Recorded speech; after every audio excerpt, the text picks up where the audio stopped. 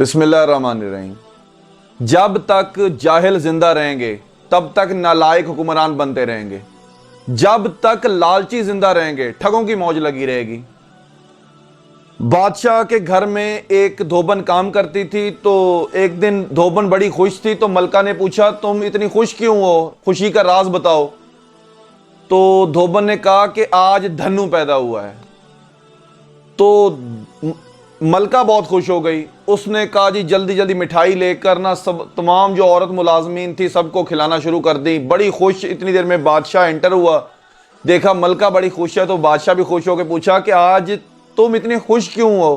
تو وہ کہتی آج دھنو پیدا ہوا ہے۔ بادشاہ نے نہ آؤ دیکھا نہ تاؤ، اس نے کہا کہ پوری ریاست میں مٹھائیاں بٹواؤ۔ یہ اس نے حکم وزیر کو دیا، تو وزیر نے پوچھا بادشاہ سلامت، اتنی مٹھائیاں پوری ریاست میں بانٹنے کا آپ نے حکم دیا، کیوں دے رہے ہیں؟ تو بادشاہ نے کہا آج دھنو پیدا ہوا ہے۔ اب وزیر اعظم نے آگے یہ ایک اور وزیر کو حکم دیا، تو وزیر نے آگے کہا کہ جناب مٹھائیاں تو بانٹنے کا حکم مل گیا ہے، مٹھائیاں بٹ رہی ہیں، یہ تو بتائیں یہ دھنو ہے کون؟ وزیر اعظم نے کہا یار میں نے یہ بادشاہ سلامت سے پوچھا ہی نہیں کہ دھنو کون ہے۔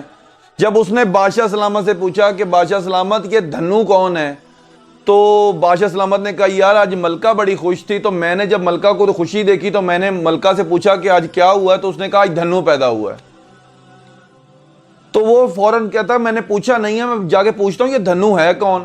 وہ پھر گیا اس کے پاس، اپنی ملکہ کے پاس، نے کہا کہ وہ تم آج بڑی خوش تھی کہ دھنو پیدا ہوا، یہ دھنو کون ہے؟ تو ملکہ نے کہا یہ تو میں نے آج اپنی دھوبن کو دیکھا تھا خوش ہوتے ہوئے، تو میں نے سوچا کہ کسی خوشی میں خوش ہو جانا بہت زیادہ بہتر ہے، تو میں نے اس لیے کہا کہ مٹھائی کھلانا شروع کر دی کہ دھنو پیدا۔ میں نے بھی نہیں پوچھا۔ تو اتنی دیر میں اس نے دھوبن کو بلایا اور پوچھا یہ دھوبن اور ناس ماری، یہ بتا تو صحیح یہ دھنو ہے کون؟ ہم نے تو پوری ریاست میں مٹھائیاں بٹوا دی ہیں۔ تو اس پر اس نے کہا کہ ملکہ صاحبہ یہ دھنو ہمارا کھوتی کا بچہ ہے جو کل پیدا ہوا ہے۔